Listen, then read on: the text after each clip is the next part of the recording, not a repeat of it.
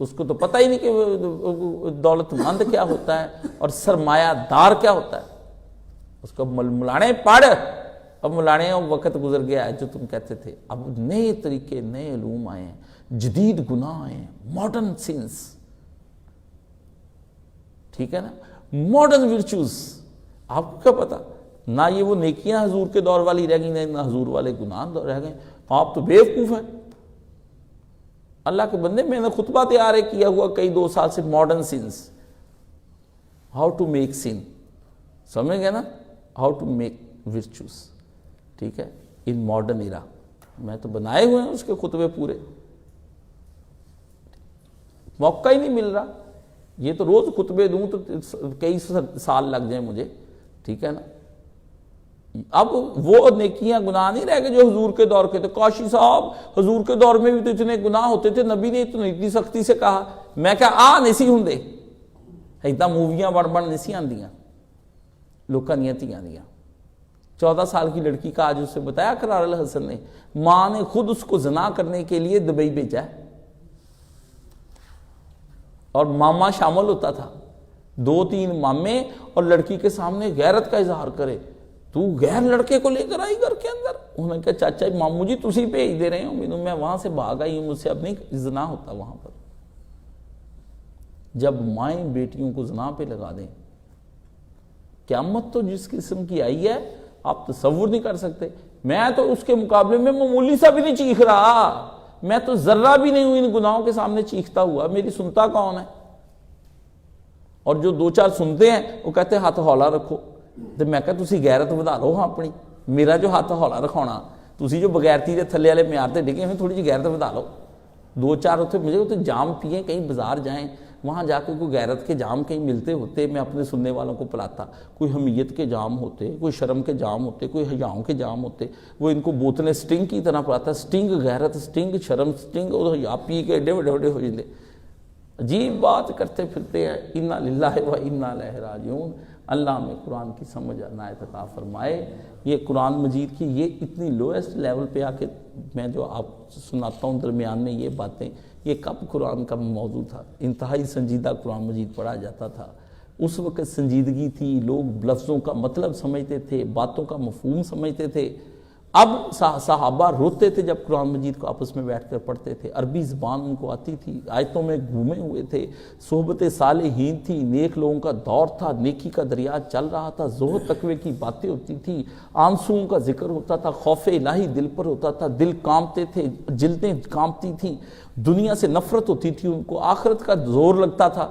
اب آپ کو میں اس ماحول میں کیسے لے جاؤں؟ تلخ باتیں یہی ہیں، واللہ یہی رہیں گی. آپ کو مصیبت ہے، یہی کچھ ہے یہاں. میں تو کچھ نہیں بانٹ سکتا ہوں، میرے پاس تو یہی ہے. کیوں؟ ایک صاحب میرے دوست کا میسیج آیا، کاشف بھائی بعض اوقات آپ کے ملک سے منہ سے بڑے تلخ جملے اور بعض باتیں ایسی نکل جاتی ہیں جو مناسب نہیں ہیں، تو میرے دوست سنتے ہیں، وہ کہتے ہیں ایسے ہے. میں نے کہا آپ میرے لیے اور اپنے لیے اللہ سے مغفرت مانگ لیں، اللہ ہمیں معاف فرما دے. ایک بات، لیکن آپ مجھے یہ بات بتائیں، جو کچھ ہو رہا ہے میری تلخی اس خون ریزی اور فساد اور لٹتی ہوئی عزتیں اور بے حیا بیٹیاں، اس کے مقابلے میں وہ لفظ کتنا سخت ہوگا. کسی ایک جملہ میرا نکل گیا، بڑی تکلیف ہوئی میرے اس بھائی کو. تو مجھے سمجھ میں آیا کہ انجیکشن بھی ٹھیک لگا ہے، بس جسم کچھ زیادہ ہی نرم و نازک تھا. میں نے تو غلط جگہ پہ انجیکشن ہی لگایا. آپ کی نازکی اس کے لب کی کیا کہیے، ایک پنکھڑی گلاب کی سی ہے. آپ کے بدن اور روحیں اس قدر نازک ہیں کہ ہمارے تھوڑے سے تلخ جملے ان کو چبھ جاتے ہیں، چبھ جاتے ہیں.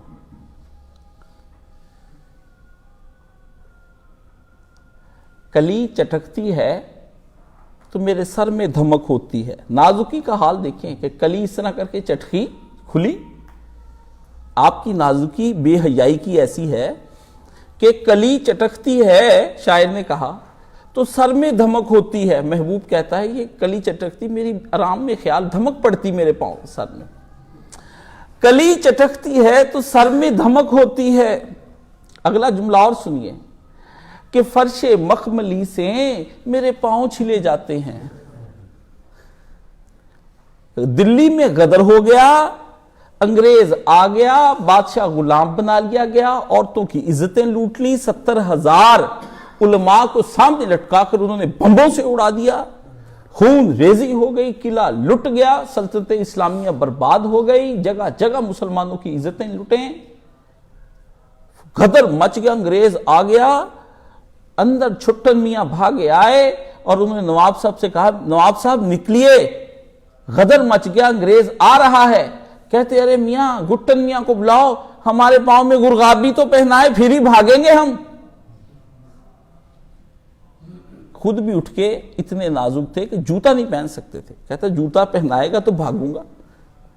آداب پورے ملحوظ خاطر رکھے جائیں. آپ کہتے ہیں ہمیں ایک ڈانٹو, پر ایسا ڈانٹو کہ جس میں جنت کی بشارت ہو ساتھ ساتھ, ہیں جی, سیدھا سیدھا ٹکٹ ہمیں کٹوا دو, مرسڈیز ہو, بوتلیں ہمارے ہاتھ میں میٹھی میٹھی ہو, پھر ایسی تنقید کرو کہ میاں ایسے نہ کرو, دیکھو عزت لٹواؤ پر ذرا احسن طریقے سے لٹواؤ, کسی کو پیسے دے کر لٹوا لیا کرو ہر مہینے کے مہینے, ہیں, اور وہ جائز والے ہیں وہ لوٹ لیں گے, تم آسانی سے ان کو پیسے دو, پیمنٹ کر دو اس کی بیٹی کے موبائل کی کہ لو 20,000 روپے دے دیا, بھئی یہ میری بیٹی کی عزت اچھی طرح سے لٹوا لینا کسی اچھے سے آدمی سے, بس ختم ہو گئی. یہ نہ کریں. آپ یہ اپنی اداؤں پر غور کریں. مجھے نہ یہ میں سنتا ہوں, لیکن جو کچھ میرے ساتھ اور آپ کے ساتھ سوسائٹی نے کر دیا, کبھی ہم اپنا ماضی چیک کریں تو کس قدر ہمارے ساتھ جو ظلم ہو ہماری تربیتوں میں, ہم اپنے اللہ سے دور ہو گئے, پیارے نبی صلی اللہ علیہ وسلم کو چہرہ دکھانے کے قابل نہیں رہے ہیں. حضور کے پاس جائیں گے تو جائیں گے کیسے, مجھے تو سمجھ نہیں آتی ہے. مرنا کچھ مشکل نہیں ہے.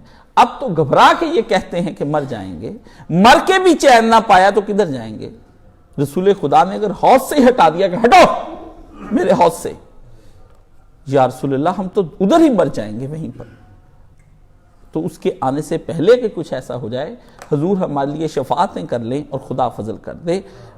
ان اللہ یامر بالعدل والاحسان وایتاء ذی القربی وینہی عن الفحشاء والمنکر والبغی یعظکم لعلکم تذکرون. صفحے سیدھی فرمائیں. کہتے ہیں آپ کھلی باتیں کریں, جب تم ننگے ہی کر دیا سارے معاشرے کو تو میں بات ننگی کیوں نہ کروں, میں تہذیب کو اس کا وہ منہ کیوں نہ دکھاؤں جو تہذیب کی دیکھنا چاہتی, اور جو تم ننگے بیٹھ کر اندر دیکھتے ہو وہ اگر میں نے ممبر پہ بیان کر دیا تو اس میں قباحت کیا ہے. اپنی دوغلی رویے اور اپنی منافقتوں کو ختم کرو, اپنی منافقتوں کو ختم کرو. میں ننگا بیان اور غلط بیان نہیں کرتا, میں نہیں کرتا. تم کہتے ہو نا کہ تم نے یہ کہا کہ یہ بیٹی کو جس نے لے دیا اس نے یہ شیطان کی چیزیں لے دی, جی ہم نے کسی کو بھیجنا ہوتا ہے شریف ہو, کون سی شریف کی لڑکی جو جس کو تم یہ بھیج رہے ہو, جس کے پاس آئی موبائل گیا وہ میری بہن ہو, میری بیوی ہو, میری ماں, میری بیٹی, وہ کام کی تو رہ ہی نہیں گئی. جی آپ نہ کہا کریں, آپ کہا کریں ہم سب کھوتے ہیں. میں کہہ دیتا ہوں ہم سب کھوتے ہیں, آپ کہتے ہیں اپنے آپ کو شامل نہیں کرتا, تم شامل کر کے پھر کہا کرو تاکہ ہمیں ذرا ہلکا نظر آئے. میں کہہ دیتا ہوں ہم کھوتے ہیں, ہم بے غیرت ہیں. کتنے مطالبے مجھ سے منواؤ گے اور کرواؤ گے, اور پھر جب میں تم پہ حجت بن کے روزے قیامت کھڑا کر دیا جاؤں گا. اللہ اللہ اللہ. نبی علیہ السلام نے کہا سورہ ہود مجھے بٹیاں کر گئی. پوچھا یا رسول اللہ کیسے؟ حضور نے کہا ابئی مجھے اللہ نے کہا ابئی سے قرآن سن.